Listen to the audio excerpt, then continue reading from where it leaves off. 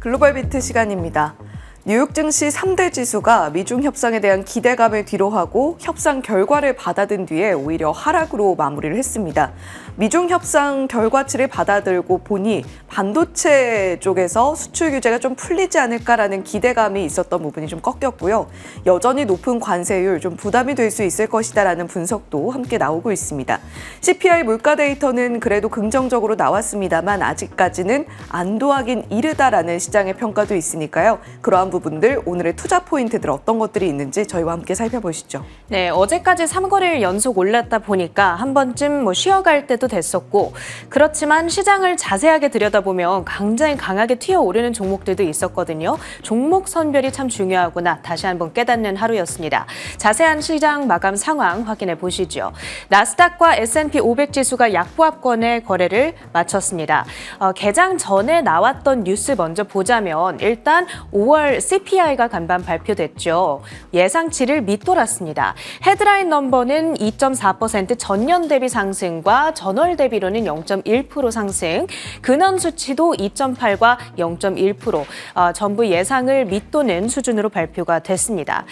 결론적으로 봤을 때 관세 충격이 아직까지 물가에 반영되지 않은 것으로 확인이 됩니다. 따라서 추후에라도 다시 물가가 튈 여지가 있기 때문에 아직은 안심하기 이르다라는 것이 중론입니다. 그래도 국채 시장의 반응은 좋았습니다. 물가가 둔화되는 추세가 확인이 되다 보니까 연준이 금리 인하를 할 수 있다 주장에 힘이 실리는 것이죠. 9월 인하 가능성 현재 금리 선물 시장에서 57%로 더 높아진 상황입니다. 10년물 금리가 6bp가량 급락하면서 4.4%대 초반을 되찾았고요. 그런가 하면 미국과 중국 간의 협상은 잘 마무리가 됐습니다. 결론만 보자면 대중관세, 미국은 55%, 대미관세, 중국은 10% 수준을 유지하기로 결정을 했고요. 그리고 중국 측은 미국이 원하던 희토류 수출을, 또 미국 측은 중국이 원하던 첨단 기술 수출을 일부 해제해 주기로 결정을 했습니다. 더불어 중국 유학생들이 미국 대학에 진학하는 것도 허용을 해줬습니다. 이런 결과들이 들려오면서 시장도 오르는 듯 했습니다. 하지만 오후장 들어서 이렇게 일제히 낙폭을 벌렸던 데에는 월스트리트저널의 단독 보도가 들려온 영향이었는데요. 중국이 희토류 수출 허가에 6개월이라는 시간 제한을 둔다라는 내용이었습니다. 만약에 무역 긴장이 재점화된다면 중국이 내세울 수 있는 하나의 카드를 확보하기 위한 움직임이겠죠. 양국 관계가 나중에 언제든지 다시 악화할 수 있겠구나 이런 우려가 나타나면서 결국 탄력을 잃게 된 겁니다. 오늘 합의 결과에 대한 백악관 측의 공식 입장 발표도 있었습니다. 영상 함께 보시죠. To the president about this. He spoke to his trade team who did a fantastic job negotiating this on behalf of the United States and meeting with their Chinese counterparts. The president is talking to them about the details of it now. But what the president heard, he liked. China has agreed to open their markets to the United States separately of this deal. And when it comes to this deal, we're going back to the terms that were agreed upon in Geneva for the release of some of those critical minerals and the magnets from China to the United States. And we have agreed to fully comply with the Geneva Agreement as well. So the president is reviewing the details of that with his trade team now, and you'll hear more from him, I'm sure. 이제 양국 정상의 승인이 최종적으로 이루어져야 되겠습니다. 지금 합의에 대한 조금 더 세부적인 디테일은 뒤에서 혜은 앵커가 다뤄드리도록 하고요. 히트맵을 열어서 전반적인 시장의 표정을 살펴보시죠. M7 시가총액 상위주들 혼조세로 거래를 마칩니다. 마이크로소프트와 테슬라만이 강보합권에서 버텨주는 움직임, 애플과 아마존 2%대의 하락으로 가장 부담이 됐고요. 엔비디아도 오늘은 0.8% 쉬어가는 흐름입니다. 브로드컴의 주가가 3.4% 급등한 점 특징적으로 포착이 되고요. 간밤에 WTI 국제 유가가 이 중동 지역의 긴장감으로 인해서 5% 가까이 튀었습니다. 그로 인해서 에너지 섹터가 그나마 11개 업종 가운데서는 가장 아웃퍼폼하는 움직임, 특히 엑선모빌이 2% 가까운 상승으로 주도주로 자리매김을 합니다. 주요 이슈들 묶어서 확인해 보시죠. 먼저 테슬라입니다. 머스크 CEO가 SNS에 짧은 반성문을 올렸습니다. 대통령에 대해서 지난주에 했던 발언들을 후회한다. 내가 선을 좀 넘었다. 이렇게 시인을 했습니다. 그도 그럴만한 것이 머스크가 운영하는 여러 회사들 정부의 누적 수주액이요 380억 달러에 달합니다. 지금은 특히 테슬라의 로보택시 출시를 코앞에 두고 있는 시점이다 보니까 눈치를 보고 좀 약한 모습을 보일 수밖에 없겠죠. 테슬라의 주가는 앞서 확인해 보셨다시피 크게 탄력을 내지는 못했습니다. 강보합권 마감을 지었고요. 다음은 엔비디아입니다. 독일의 산업용 AI 클라우드를 구축한다라는 계획입니다. 이날 파리의 GTC 컨퍼런스에 참석한 젠슨항 CEO가 직접 밝힌 계획이고요. 특히 로봇 그리고 AI를 접목시킴으로써 BMW나 메르세데스 벤츠 등 자동차 메이커들의 제품 설계 시뮬레이션 그리고 물류 관리 등을 도와줄 계획이고요. 제약 산업에도 AI를 접목합니다. 노보노디스크 등과 협력을 통해서 신약 개발을 돕는다라는 발언들도 전해졌습니다. 엔비디아의 주가는 그럼에도 불구하고 힘을 내지는 못했습니다. 0.8%의 내림세, 그래도 주간 기준으로는 2%의 플러스 권 지나가고 있고요. 다음으로는 메타입니다. 로봇과 자율주행차 기술 개발을 위해 AI 월드 모델을 출시한다는 소식입니다. AI가 물리적 세계의 규칙을 배우고 스스로 시뮬레이션 할 수 있도록 만드는 시스템을 말하는 건데요. 어떤 행동을 하기 전에 시뮬레이션을 돌린 다음 그 이후의 의사 결정을 내린다는 겁니다. 이것은 특히 로봇 배달 그리고 자율주행 차량 기술 개발에 크게 기여할 것으로 보입니다. 오늘 메타의 주가는 1.2% 하락하면서 694달러 선의 종가를 형성했습니다. 그 밖에 이슈가 있었던 종목들도 확인해 봅니다. 조금 전에 말씀드렸던 GTC 컨퍼런스에서 기조연설을 가졌던 젠슨항 CEO. 이 자리에서 양자 컴퓨터 기술 변곡점에 도달했다라는 발언을 내놓기도 했습니다. 양자 컴퓨터 관련주들 젠슨항 CEO의 말에 아주 민감하게 움직이는 경향이 있죠. 오늘도 반응을 보였습니다. 퀀텀 컴퓨팅이 25%대의 급등으로 주도하고요. 리게티 컴퓨팅 역시 11.4%의 강세로 나타났습니다. 그리고 다음 종목은 오클로입니다. 알래스카 공군기지의 전력 공급사로 선정됐다라는 소식에 주가 폭등세를 나타냈습니다. 최근 트럼프 행정부가 원자력을 적극적으로 밀어주고 있죠. 그러면서 최근 한 달간 오클로의 주가 상승률은 142%대에 달합니다. 간밤의 시세도 확인해 보신다면요. 29.5% 뛰어오르면서 68달러 선 가리키고 있습니다. 다음으로는 보야저 테크놀로지스입니다. 오늘 IPO 데뷔를 치렀습니다. 장중 한때에는 139%까지 폭등하면서 아주 화려한 하루를 보냈습니다. 보야저는 2019년에 설립된 회사고요. 공공과 민간 부문을 대상으로 안보, 첨단 기술, 그리고 우주 인프라 서비스를 제공합니다. 지금은 나사로부터 보조금을 받아서 스타랩이라는 상업용 우주 정거장을 설계 중인 회사로 알려져 있습니다.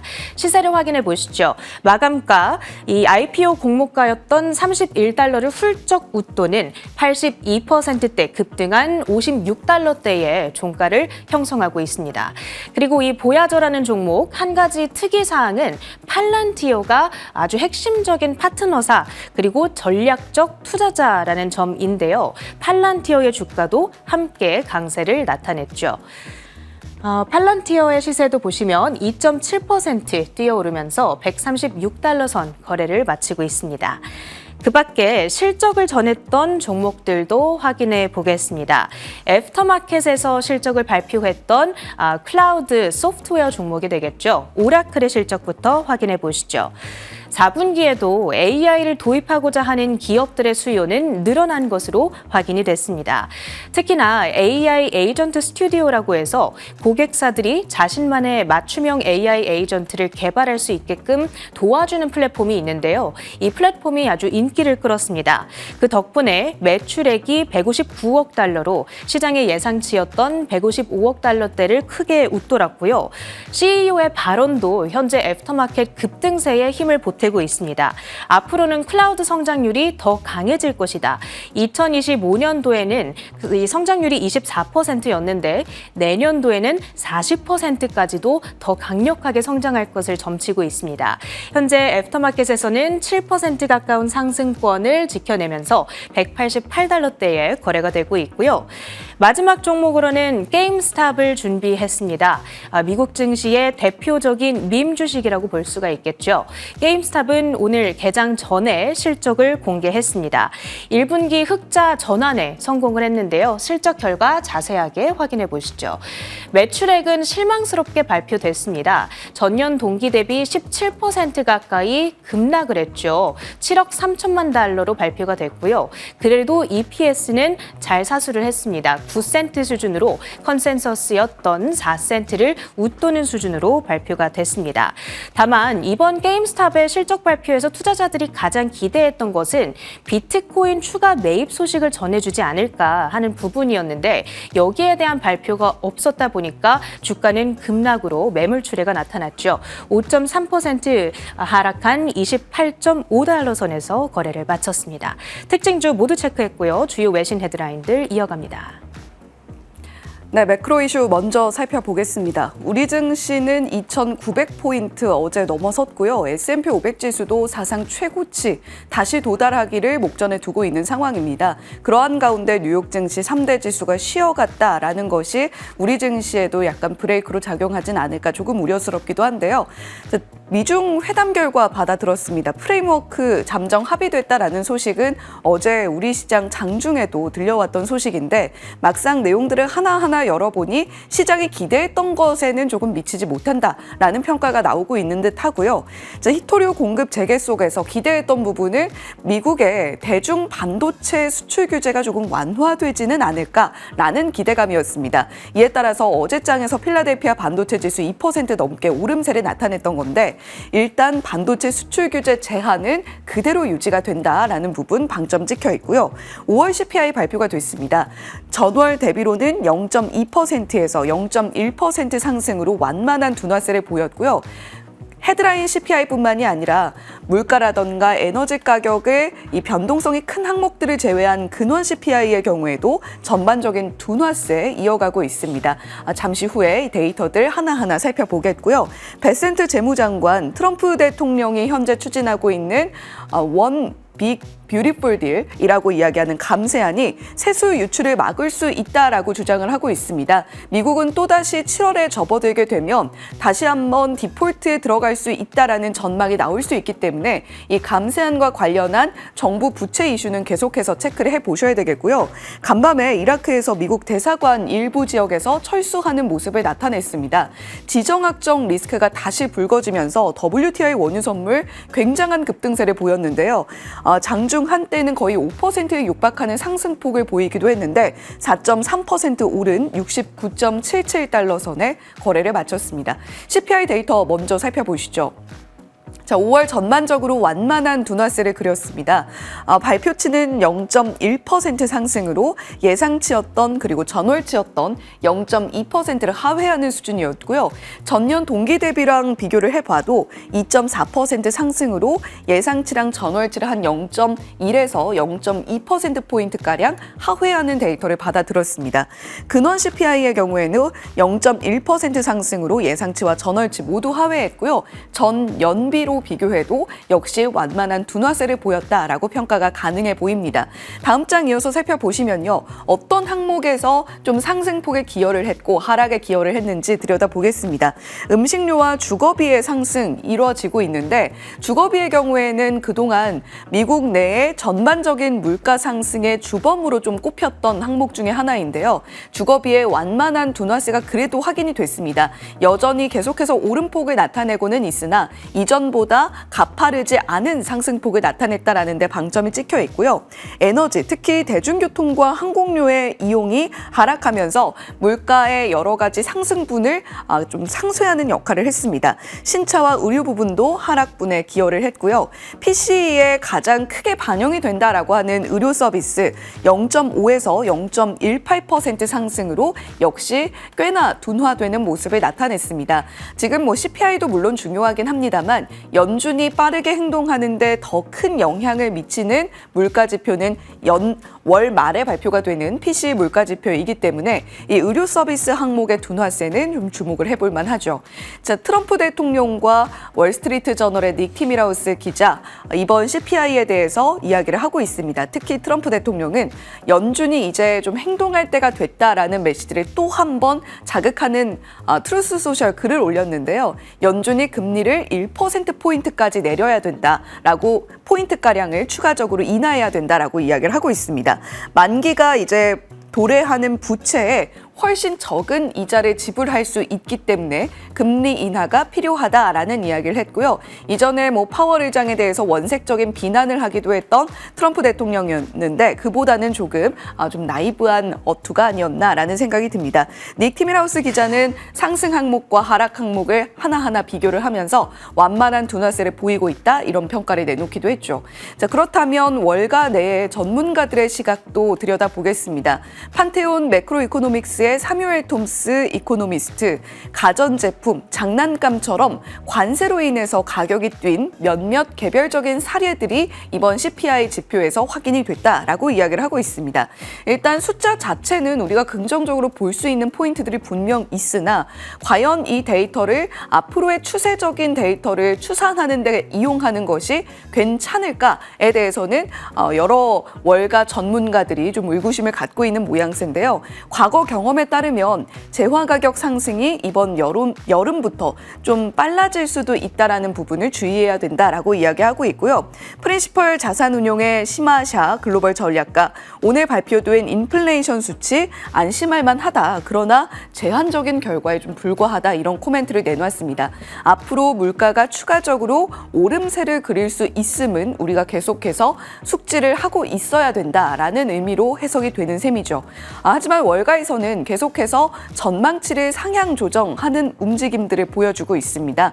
지금 관세 이슈가 좀 불거졌던 당시에는 S&P 500의 연말 목표치를 일제히 하향 조정을 했다가 다시금 목표치를 올려잡는 움직임들이 나타나고 있죠. 시티에서는 6,300포인트, 야데니에서는 6,500포인트, 도이체방크에서는 6,550포인트까지 올려잡는 모습을 나타내고 있고요. 웰스파고는 일관되게 7,000포인트가량의 좀 높은 연말 전망치를 제시하고 있습니다. 지금 현재로서는 가장 낮게 숫자를 제시하고 있는 쪽은 HSBC의 5,600포인트라고 보시면 되겠고요. 일단 미국과 중국 사이의 무역 협상 어떤 내용으로 발표가 됐는지 저희가 조금 더 자세히 들여다볼 필요가 있겠습니다. 첫 번째 헤드라인으로 함께 만나보시죠.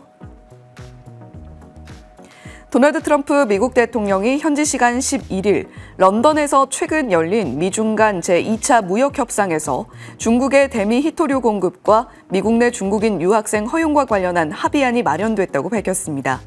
트럼프 대통령은 이날 사회 관계망 서비스 트루스 소셜에 올린 글에서 중국과의 합의는 완성됐고 시진핑 국가주석과 나의 최종 승인을 받아야 한다며 이같이 말했습니다.